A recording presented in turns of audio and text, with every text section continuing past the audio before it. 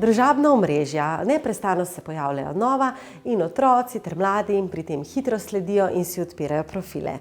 Na Facebooku so vse manj aktivni, selijo se na Snapchat, Viber, Kik, Instagram, WhatsApp in tako naprej. Vsa ta omrežja so dostopna kot aplikacije za pametne telefone in tam jih otroci uporabljajo. Na njih klepetajo, delijo slike, dodajajo in spoznavajo prijatelje.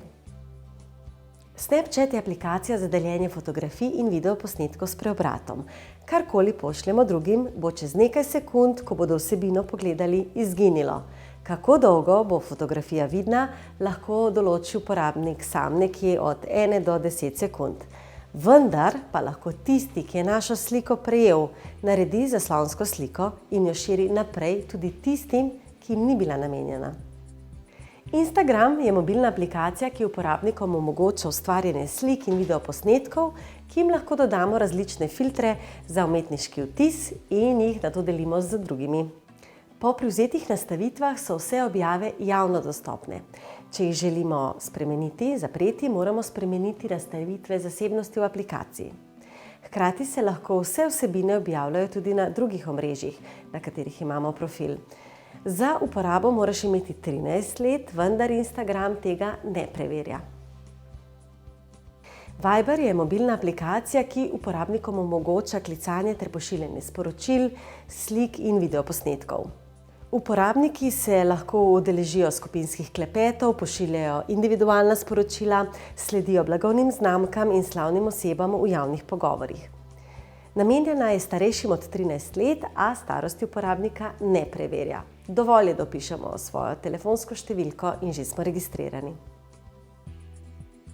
WhatsApp je aplikacija za brezplačno izmenjevanje sporočil, fotografij, video in audio vsebin prek pametnega telefona z uporabniki po vsem svetu. Za registracijo je potrebna le telefonska številka.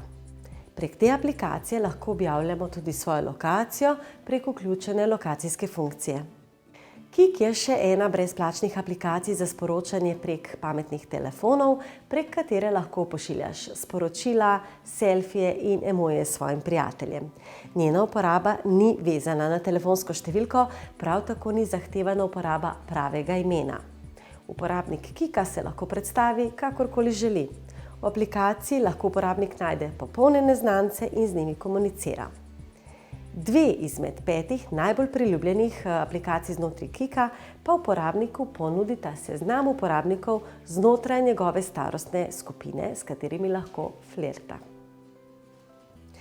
Vzpostavite s svojimi otroki dialog o tem, katere aplikacije uporabljajo, kaj z njimi počnejo, s kom so v stiku. Predlagam, da je pogovor sproščen in da si dopustite, da vam otrok razloži, kako se določena aplikacija uporablja. Pokažite interes, da se nekaj naučite od njega. Hkrati pa ocenite, ali zna aplikacijo uporabljati varno, morda se vede tvegano, svetujte mu, kako ravnati pravilno. Pogovorite se o tem, katere podatke o sebi razkriva, kakšne slike sebe, družine, pa tudi drugih oseb, prijateljev, sošolcev objavlja. Ali objavlja javno ali za prijatelje, ali pozna in ima vklopljene nastavitve zasebnosti, ali pozna mehanizme prijave, zna prijaviti lažni profil, če ga kdo ustrahuje, če naleti na neprimerno vsebino, zna blokirati osebo.